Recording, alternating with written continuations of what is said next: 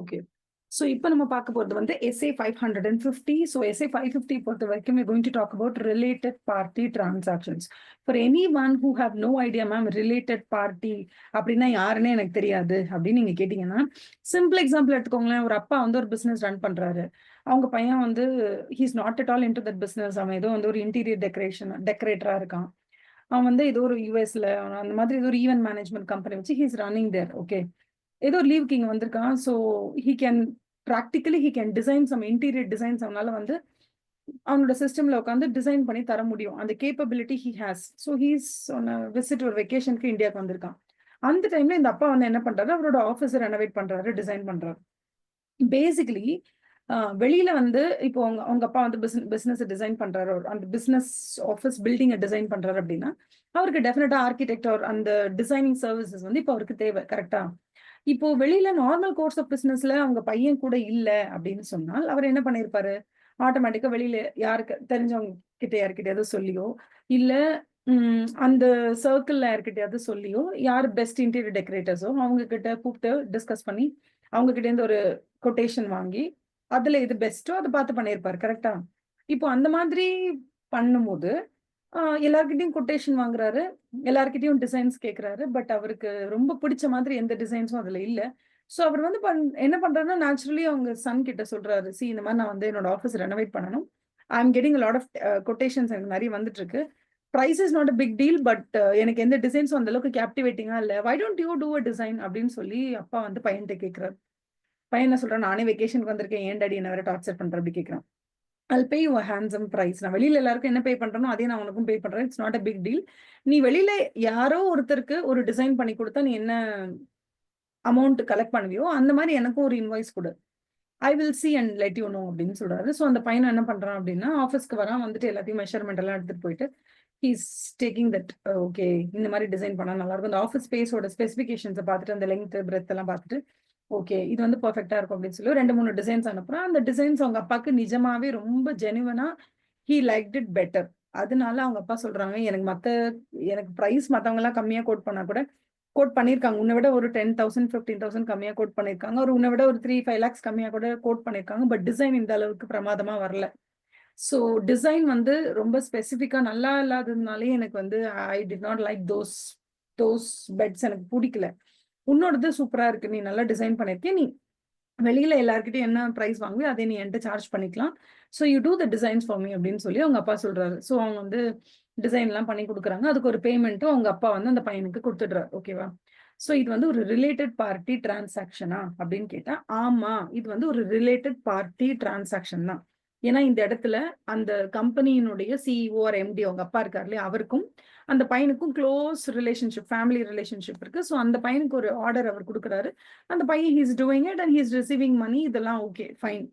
But இந்த இடத்துல related party transaction வந்திருக்குன்றது உங்களுக்கு புரிஞ்சுட்டாலே அதுலேயே ஃபர்ஸ்ட் டிக் மார்க். சூப்பர், உங்களுக்கு புரிஞ்சிச்சுன்னு அர்த்தம். இந்த ரிலேட்டட் பார்ட்டி டிரான்சாக்ஷன் வந்து ஒரு நார்மல் கோர்ஸ் ஆஃப் பிசினஸ்ல அக்செப்டபிளா இல்லையா?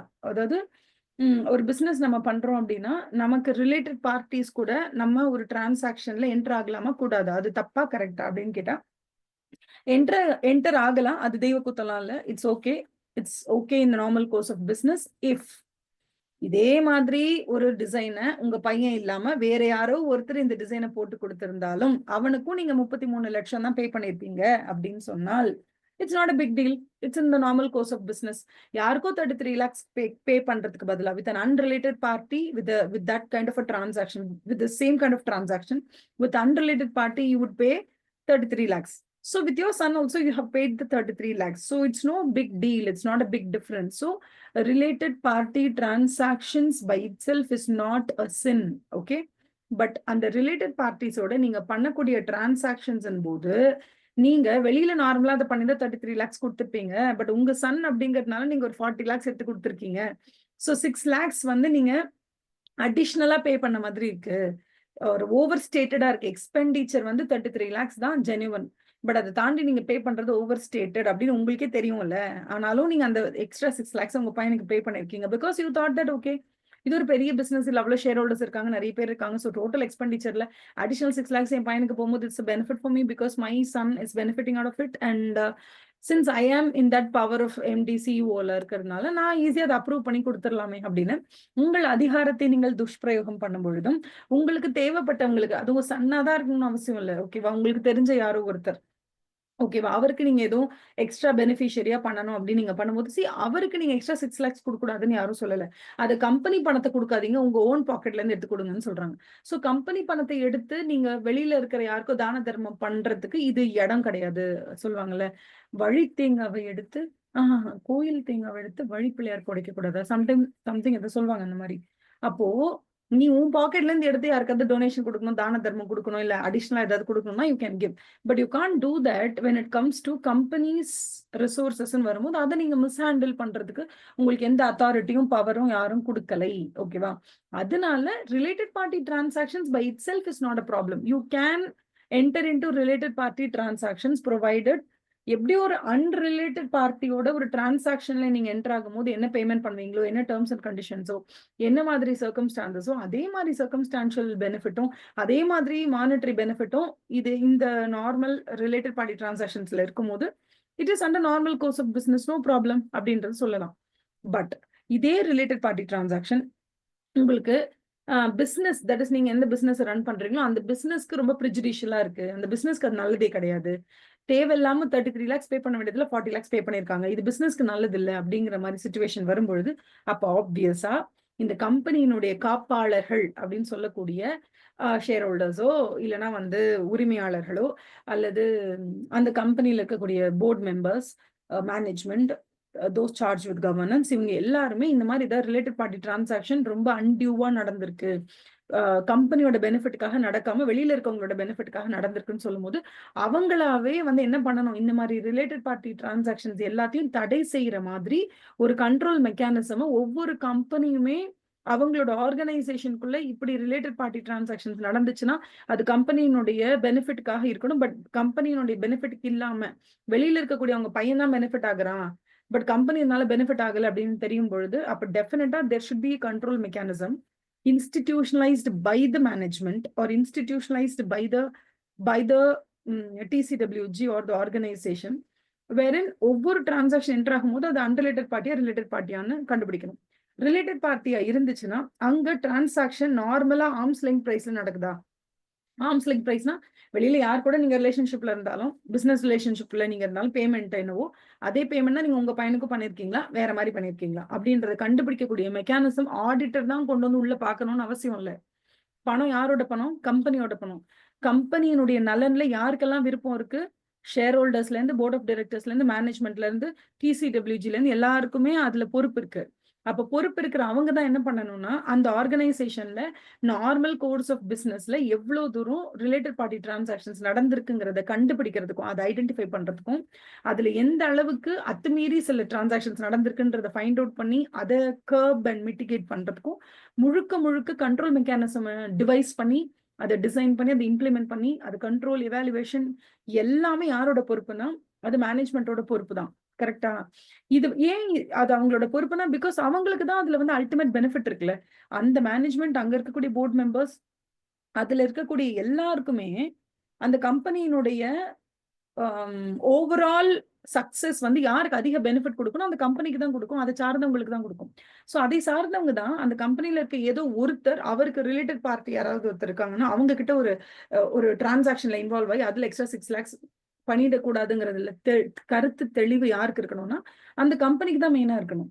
அதை தாண்டி தான் அது தாண்டிய விஷயம் தான் நம்ம பண்றது. நம்ம ஒரு ஆடிட்டரா அந்த கம்பெனிக்குள்ள போறோம், அங்க ரிலேட்டட் பார்ட்டி டிரான்சாக்ஷன் இருக்கா இல்லையான்னு கண்டுபிடிக்கிறோம்னா அது I would say primary responsibility for finding out whether there is any related party transaction, finding out whether the related party transaction is within the normal course of business இல்ல abnormal இருக்கா, இதெல்லாம் கண்டுபிடிக்க வேண்டிய பொறுப்பு அவங்களுக்கு இருக்கு. பட் அவங்க அதை சரியா செய்யாம போக வாய்ப்பு இருக்கான்னு கேட்டா இருக்கு. என்னன்னா அங்க ஒரு 4 பேர் இருப்பாங்க போர்ட் மெம்பர்ஸ், அந்த 4 பேருமே கூட்டுக்களவாணி ஒன்னா சேர்ந்து இருக்கக்கூடிய பிசினஸ் ரிசோர்சஸ் வேஸ்ட் பண்றாங்கன்னு வச்சுக்கோங்களேன். அப்ப அல்டிமேட்டா ஷேர் ஹோல்டர்ஸ் பாதிக்கப்படுவாங்க. இன்னொன்னு ஷேர் ஹோல்டர்ஸ்க்கு இது பத்தின ஒரு பெரிய நாலேஜ் இருக்காது. ஏன் இருக்காதுன்னா இங்க உள்ள நடக்கக்கூடிய எல்லா financial and operational decision making and financial and operational policies இது எல்லாத்துமே ஷேர் ஹோல்டர்ஸ்க்கு தெரியாது. அப்ப ஷேர் ஹோல்டர்ஸ்க்கு இதை பத்தின பெரிய ஐடியா இல்லைன்னு சொல்லும் போது இந்த போர்ட் ஆஃப் மெம்பர்ஸ் எல்லாம் கல்யூஷன் ஒன்னா கூட்டு கலவாணியா இருந்து இதுல பார்ட்டிசிபேட் பண்ணிருக்காங்கன்னா ஷேர் ஹோல்டர்ஸை காப்பாற்ற வேண்டிய பொறுப்பு ஆடிட்டருக்கு இருக்கு. அப்போ ஷேர் ஹோல்டர்ஸை நம்ம அப்பாயிண்ட் பண்றாங்க ஒரு கம்பெனில ஆடிட்டரா. ஸோ நம்ம என்ன பண்ணணும்னா we are answerable to the shareholders. அதனால as an auditor நம்ம உள்ள போகும்போது நம்ம என்ன பண்ண போறோம் அப்படின்னா, அந்த 1 இயர்ல என்னென்ன டிரான்சாக்ஷன்ஸ் நடந்திருக்கு, அதுல எதெல்லாம் வந்து ரிலேட்டட் பார்ட்டி டிரான்சாக்ஷன், அந்த ரிலேட்டட் பார்ட்டி டிரான்சாக்ஷன்ல எதெல்லாம் ஹை ரிஸ்க் ஆஃப் மெட்டீரியல் மிஸ்ஸ்டேட்மெண்ட் இருக்கக்கூடிய அளவுக்கு, ரிஸ்க் ஆஃப் மெட்டீரியல் மிஸ்ஸ்டேட்மெண்ட் ரொம்ப ஹை ஆகுற அளவுக்கு எங்கெங்கெல்லாம் out of the ordinary or normal course of பிசினஸ்ல நடக்கிற மாதிரி இல்லாம நீங்க எதெல்லாம் உங்களோட பெனிஃபிட்டுக்காக நீங்க பண்ணி வச்சிருக்கீங்களோ அது எல்லாத்தையும் ஒரு ஆடிட்டர் ஃபைண்ட் அவுட் பண்ணுவாரு. ஃபைண்ட் அவுட் பண்ணி அதனால இருக்கக்கூடிய மெட்டீரியல் மிஸ்டேட்மெண்ட்ஸ் ரொம்ப மெட்டீரியலா இருக்கும் பட்சத்துல அவர் மாடிஃபிகேஷன் ஒப்பீனியன் கொடுப்பாங்க. மாடிஃபைட் ஒப்பீனியன் கொடுக்கறதுக்கும் வாய்ப்பு இருக்கு. ஸோ இதுல வந்து ஃபர்ஸ்ட் எனக்கு தெரிஞ்சு ரிலேட்டட் பார்ட்டி டிரான்சாக்ஷன்ஸை படிக்கும் போது நம்ம ஞாபகம் வச்சுக்க வேண்டிய ஒரு விஷயம் என்னன்னா, இந்த எஸ்ஏ நம்பர் என்ன, it is SA 550. Number 2, related பார்ட்டிஸ்னா யாரு? ரிலேட்டட் பார்ட்டிஸ் அப்படிங்கிறது ஒரு மேனேஜ்மெண்ட்ல போர்ட் மெம்பர்ஸ், அப்புறம் டிசிடபிள்யூஜி மேனேஜ்மெண்ட், இவங்க 3 பேருக்கும் சொந்தக்காரங்களா இருக்கலாம், ஃப்ரெண்ட்ஸா இருக்கலாம், இல்ல அவங்களோட பிசினஸ் பார்ட்னர்ஸா இருக்கலாம், அந்த மாதிரி யாராவது இருக்கலாம்.